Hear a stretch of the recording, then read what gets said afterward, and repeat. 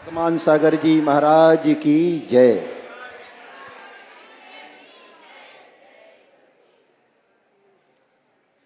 धर्मानुरागी महानुभाव, आज पर्व पूर्णता की ओर बढ़ रहा है। मैं अंतिम तो नहीं कहूँगा, क्योंकि पर्व तो प्रतिवर्ष आएगा। अंतिम दिन पर्व का यह हो सकता है, लेकिन ये बात जरूर है, ये ध्यान रखने की बात है कि आज हम पर्व के शिखर की चर्चा कर रहे हैं। बड़ा सुखद आश्चर्य है, उमा स्वामी आचार्य देव ने अपने तत्वार सूत्र ग्रंथ में उत्तम क्षमा से शुरू करके और अंत में उत्तम ब्रह्मचर्य व्रत को रखा। बंधुओं, पर्व जो है हमारे आत्म कल्याण का संदेश लेकर के आते हैं। यदि हम आज के दिन को पर्व का अंतिम दिन मान लेंगे तो फिर हमारे जीवन में फिर एक वर्ष तक हमको प्रतीक्षा करनी पड़ेगी। वैसे तो वर्ष में 3 बार ये धर्म या पर्युषण पर्व आता है, किंतु भाद्रपद मास जो है वर्ष में एक ही बार आता है। और भाद्रपद मास को महीनों का राजा कहा है। राजा इसलिए कहा है क्योंकि राजा अनेक प्रकार के संपत्तियों को धारण करता है। ये भाद्रपद मास भी जो है अपने भीतर अनेक व्रतों को धारण रखता है। 16 कारण पर्व भी आपने मनाया, 10 लक्षण महापर्व भी मना रहे हैं, और उसके साथ साथ अनेक छोटे छोटे व्रत भी इस 10 दिन के अंतर्गत आए हैं। पंचमेरु व्रत आया, पंचमी से प्रारंभ होता है। अनंत व्रत चल रहा है। 13 14 पूर्णिमा को रत्नत्रय व्रत भी आता है, आज चल रहा है वो भी। तो बंधुओं, ये अनेक प्रकार के व्रतों को का आकर है, खजाना है, इसलिए इसे महीनों का राजा कहा है। इस कारण भाद्रपद मास का 10 लक्षण पर्व जो है समाज में विशेष रूप से मनाने की परंपरा है। चैत्र मास में और माघ मास में इतने उत्साह और उल्लास के साथ मनाते हुए हमने नहीं देखा, किंतु जो सदैया लोग हैं, हमने एक दिन कहा था 4 प्रकार के जीव समाज में पाए जाते हैं। तो यहाँ आज जो है भदैया लोगों का दिन है। इसमें से कोई कोई लोग सदैया भी होंगे, ऐसी बात नहीं है, पर भदैया का मतलब भाद्रपद मास में जो विशेष रूप से पूजा आराधना अर्चना करते हैं। लड़ैया लोग जो हैं, जब समाज की पंचायत बैठती है और उनको किसी बात को लेकर के लड़ना भिड़ना है तो फिर वो पंचायत में जाते हैं केवल। कदैया जो है वो कभी कभी मंदिर के दर्शन करते हैं, वो भी जबकि किसी का मरण हो जाता है और उसका उठावना होता है, उसमें जाते हैं कदैया लोग। अब सदैया लोगों की बात तो यह है कि जो सदाकाल मंदिर जाते हैं, भगवान की पूजा करते हैं, आराधना अर्चना करते हैं, वो सदैया कहलाते हैं। बंधुओं, हम तो यही प्रार्थना करते हैं भगवान से कि भगवान इन भदैया लोगों के मन में सदैव बनने का मन हो जाए और ये सदाकाल आपकी पूजा अर्चना करते रहें, तो इनका जीवन जो है सार्थकता को प्राप्त होगा।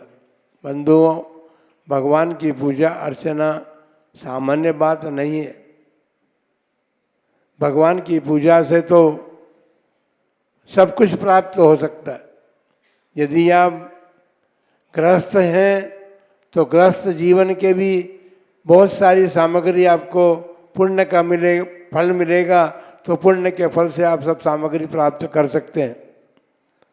और यदि जैसा कि अभी आपने सुना ब्रह्मचर्य व्रत के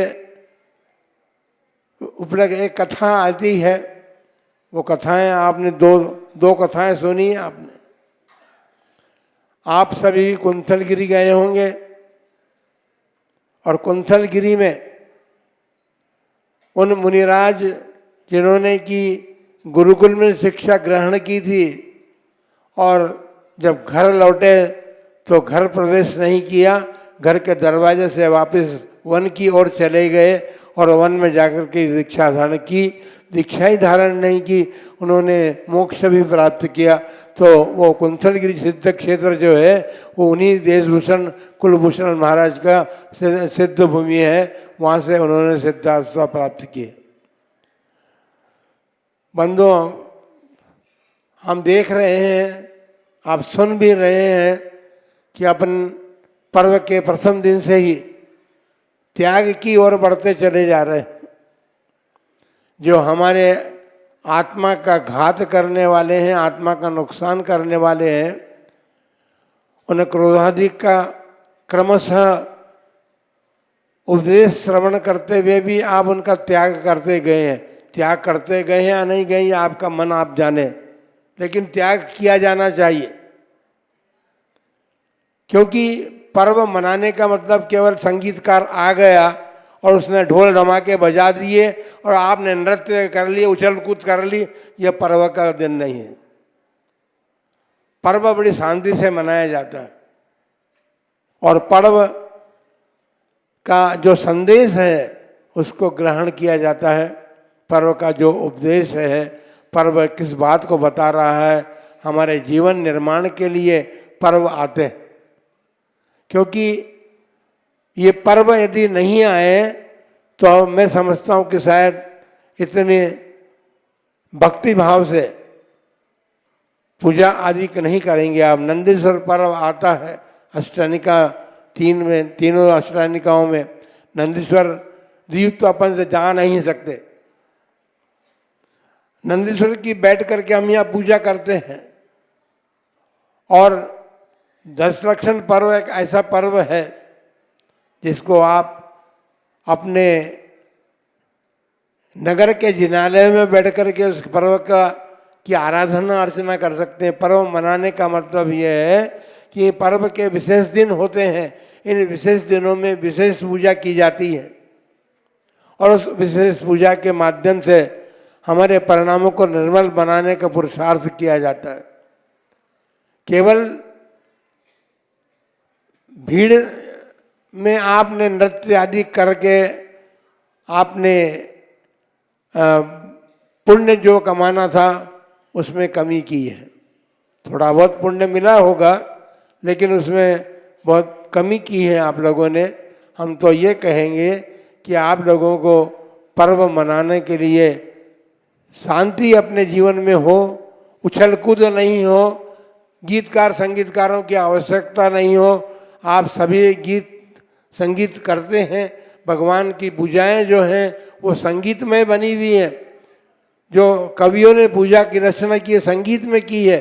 आप संगीत का अवलंबन लेकर के, अपने अंतरंग से संगीत का अवलंबन लेकर के और आप उस संगीत के आनंद को उठा सकते हैं। आपके ही साथीगण जो हैं, आपके समाज में ही रहने वाले हैं, किसी कारण से वे या आप लोगों ने उनसे अपने से उनको पृथक माना है, लेकिन जब उनके जिनालय में जाएंगे आप, तो जिनालय में जाकर के देखेंगे कि कितनी शांति उनके जिनालय में मिलती है। और पूजा पाठ वो भी करते हैं। वे संगीतमय पूजाओं को अपने अपने भीतर के संगीत से वो पूजाएं करते हैं और आनंद के साथ करते हैं। भीतर की बात तो वो जाने, लेकिन बाहर की बात हमने जो देखी है वो हम बता रहे हैं कि आप लोग भी यदि इस बात को अपनाएं तो आप अपने जीवन में विशेष पुण्य लाभ प्राप्त कर सकते हैं। बंधुओं, तपस्वियों का सम्मान होगा और ये 10-10 उपवास या और अधिक उपवास जिन्होंने किए हैं, आप समझिए ये कोई सामान्य बात नहीं है। आपका सम्मान हो जाए, लेकिन स्वयं आप अपने भीतर आपने जो तपश्चर्या की है वो तपश्चर्या ही आपके आत्मा का सम्मान करने में काफ़ी है। फिर भी यदि आपका सम्मान होता है तो उस सम्मान के साथ आपको तपश्चर्या का फल तो इस रूप में मिलना चाहिए कि आप, क्योंकि पर्व जो है वो पर्व अपने जीवन का आमूल चूल परिवर्तन करने के लिए आते हैं। और हम अपने जीवन में इतना हम तो कष्ट शब्द का प्रयोग करना चाहते हैं, लेकिन कष्ट शब्द क्योंकि हमने देखा है कि उपवास करते हैं लोग, अधिक उपवास करते हैं, कभी कभी अपनी शक्ति से बाहर भी उपवास करते हैं, तो उनका जब पर्व समाप्त होने को होता है उस समय की स्थिति उनकी अलग प्रकार की बन जाती है। क्योंकि उपवास जो है शरीर को कमज़ोर करता है, ये बात तो ठीक है, लेकिन उसके साथ साथ वह कमजोरी इसलिए अनुभव होती है, हम अपने अनुभवों की बात बता रहे हैं आज, क्योंकि आज आप फिर कल इतनी भीड़ हमको यहाँ दिखाई नहीं देगी। आपने उपवास जो किए हैं वो उपवास जो किए हैं वो उपवास यदि आप आत्म शुद्धि के लिए, आत्म शुद्धि की भावना से करेंगे तो आपके भीतर शक्ति बराबर बनी रहेगी और आपका शरीर भी स्वस्थ बना रहेगा। ऐसा नहीं हो कि कल से आप फिर पालना करना शुरू करें तो आपके उपवास जो है फिर उसका फल जो है केवल पालने में गर्भित हो जाएगा, उसका फल जो आपको आत्मा में आत्मिक उसमें मिलना था वो नहीं मिल पाएगा। हम कटु बात जरूर कह रहे हैं, लेकिन हमने आज ये सोचा था कि आज जिन्होंने तपस्या की है उनके जीवन में कुछ परिवर्तन आना चाहिए। उन्होंने अब तक जो जीवन जिया है और जो करते रहे हैं उसमें कुछ तो नियम उपनियम अपने जीवन में धारण करके अपनी तपश्चर्या को सार्थक करने का प्रयत्न करें। जिन लोगों के जीवन में, क्योंकि बहुत प्रकार के लोग हैं, हम जानते हैं कि छोटी उम्र में भी बहुत से लोगों ने तपश्चर्या की है, लेकिन बहुत से लोगों के जीवन में अभी रात्रि भोजन भी त्याग नहीं होगा, जमीकंद का भी त्याग नहीं होगा और खाने पीने का नियम भी नहीं होगा कि कितनी बार खाना। तो जमीकंद और रात्रि भोजन का त्याग तो जिन्होंने व्रत उपवास किए हैं उनको अवश्य करना चाहिए, क्योंकि उनके उपवास का फल ही यह है कि उनके जीवन में परिवर्तन आना चाहिए। और पर्व जो है वो आमूलचूल परिवर्तन करने के लिए आते हैं। आपने बहुत अच्छा पुरुषार्थ किया है अपने जीवन में। ऐसे पुरुषार्थ हम तो अपने जीवन में अभी तक 10 उपवास नहीं कर सके हैं। हमने अभी तक 10 उपवास नहीं किए। हम तो 10 उपवास वालों को आशीर्वाद देना चाहते हैं कि आपने बहुत बड़ा पुरुषार्थ किया है और इस पुरुषार्थ का फल जो है वो यही इस रूप में मिलना चाहिए कि आपके जीवन में परिवर्तन आए। आप अब तक जो जीवन जीते रहे हैं, आपने धर्म का कितना अंश अपने जीवन में उतारा है और अब जो आपने तपस्या किए, संघ का सानिध्य प्राप्त किया है, इसमें आपको अपने जीवन को उन्नति की ओर ले जाना चाहिए। बंधुओं, ब्रह्मचर्य व्रत का मतलब इतना ही है कि लोग इतना ही समझते हैं ब्रह्मचर्य व्रत का मतलब मैथुन कर्म नहीं करना, लेकिन शास्त्र कहते हैं कि ब्रह्मचर्य व्रत जो है पांचों इंद्रिय का संबंध रखता है। पंच इंद्रिय के विषय 27 हैं और एक मन है। इस प्रकार पंचेंद्रिय और मन के 28 विषयों पर जो नियंत्रण रखने की क्षमता रखते हैं वे वास्तव में धन्यवाद के पात्र हैं। आपने अभी उदाहरण सुना कुलभूषण भूषण का और वो पति पत्नी का जिन्होंने शुक्ल पक्ष और कृष्ण पक्ष में ब्रह्मचर्य व्रत लिया था। इसके अतिरिक्त सीता माँ और आदि जो सतियाँ थीं उनके उदाहरण भी अपने शास्त्रों में हैं। उन्होंने किस प्रकार अपने ब्रह्मचर्य व्रत का पालन किया। अरे रावण ने भी एक प्रकार से देखा जाए मन से तो नहीं लेकिन द्रव्य से तो उसने भी ब्रह्मचर्य व्रत का जो नियम लिया था कि जो स्त्री मुझे नहीं चाहेगी उसका स्पर्श भी मैं नहीं करूँगा, तो उस नियम को भी उसने निर्वाह किया। आपको छोटे छोटे नियम अपने जीवन में लेकर के और उनका पूर्णतया परिपालन करके अपने जीवन को सार्थक करने का प्रयत्न करना चाहिए। ब्रह्मचर्य का मतलब यही है कि अपनी आत्मा में हम रमण करें। हम आपसे प्रश्न करना चाहते हैं कि आप उदयपुर झीलों की नगरी है, यदि आपसे कहा जाए कि किसी झील में आप स्नान करने के लिए जाएं तो क्या करेंगे आप? झील में स्नान करने के लिए क्या करेंगे? डुबकी लगाएंगे ना, तालाब में डुबकी लगाएंगे, नदी में डुबकी लगाएंगे। तो डुबकी लगाने से पहले आप क्या काम करते हैं? अपने शरीर के वस्त्रों को उतारते हैं ना। शरीर के वस्त्रों को उतार करके ही तो आप डुबकी लगाते हैं। आज का ब्रह्मचर्य व्रत का दिन भी ये कहता है अपनी आत्मा में डुबकी लगाइए। जो अपनी आत्मा में रमण करते हैं वे ही वास्तव में निश्चय से ब्रह्मचारी कहलाते हैं। और व्यवहार से भी जो कुछ सीमा बांध करके या पूर्णतया ब्रह्मचर्य का पालन करते हुए अपने जीवन को यापन करते हैं वे भी सब ब्रह्मचारी हैं। तो जिस प्रकार से काम क्रोध या कसाएं और इंद्रिय विषय जो है उनको उतार दीजिए, क्योंकि अब आपने 10 दिन में देखा है कि आपने क्रोध का त्याग किया, मान का त्याग किया, मायाचारी का त्याग किया, लोभ का, असत्य धर्म का, असत्य परिपालन का त्याग किया। इस प्रकार से आप अपनी सारी बुराइयों को सुनते रहे कि हमारे जीवन में ये बुराइयां हैं, इन बुराइयों को आप त्याग करते चले गए, लेकिन आखिरी में कौन बचा? सब त्याग तो आप कर चुके। अकिंचन धर्म में आप परिग्रह का त्याग भी कर दिया, फिर क्या बचा? क्या अभी आत्मा ही केवल बची है। और आत्मा में जो रमण करने का कार्य है वही वास्तव में ब्रह्मचर्य है। और उसके लिए व्यवहार ब्रह्मचर्य का परिपालन करना भी अत्यंत आवश्यक है। वो ब्रह्मचर्य का परिपालन करते हुए आप उस स्थिति में पहुंच जाएंगे जहाँ कि हमारे तीर्थंकर महापुरुष और जितने भी महापुरुष हुए हैं, जितनी सतियाँ भी हैं, वो सब उस रूप में पहुंच करके अपने इस मनुष्य जीवन को सार्थक करने में समर्थ बन सकी हैं।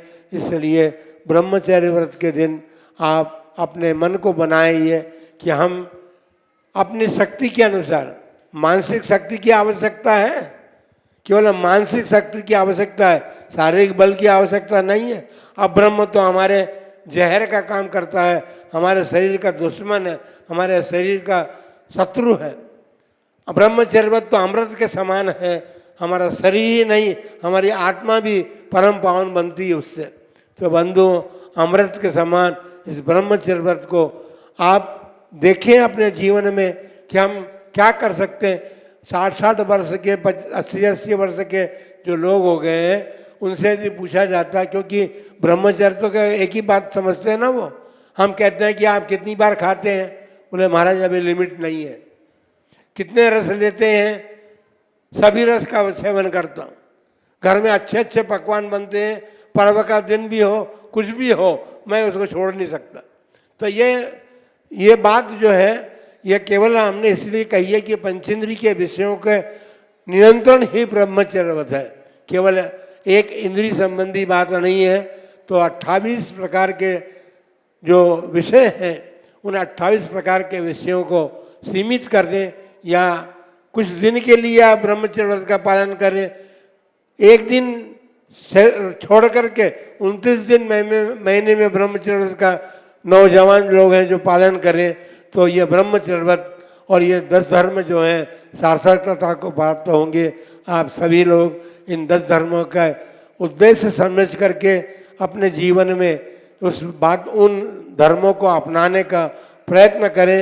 वास्तव में तो पूर्णतया तो मुनिराज ही इन धर्मों का परिपालन करते हैं और गृहस्थ जी भी अपने जीवन में गौण रूप से, उनके लिए गौणता रूप से कहा गया है कि गौण रूप से अर्थात वे भी अपने जीवन में यदि चाहें अपनी मानसिकता बनाएं तो वे भी परिपालन इन धर्मों का कर सकते हैं।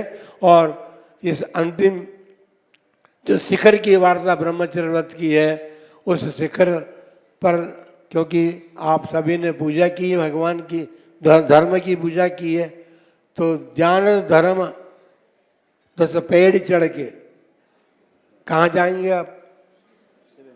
शिव मग में पग रखेंगे ना, तो शिव महल में पग रखने के लिए तो 10 प्रकार के धर्म का परिपालन करना पड़ेगा। और 10 धर्म की ये जो सीढ़ियाँ हैं, 10 धर्म की जो पाठशाला आपने जिसमें आपने एडमिशन लिया, आपने क्या सीखा है, इस बात को अपने घर में तौलना अच्छी तरह से और अपने परिणामों को संभालने का प्रयत्न करेंगे। क्योंकि ये 10 धर्म जो हैं हमारी आत्मा के धर्म हैं और आत्मा के धर्म जो हैं वो हमारे आत्मा को परम पावन बनाने में सहकारी कारण बनेंगे। आप सब भी उनका प्रतिफल प्राप्त अपने जीवन में करें। इन्हीं मंगलमय भावना के साथ आप सबके लिए मंगल आशीर्वाद। जय बोलो परम पूज्य आचार्य श्री वर्धमान सागर जी।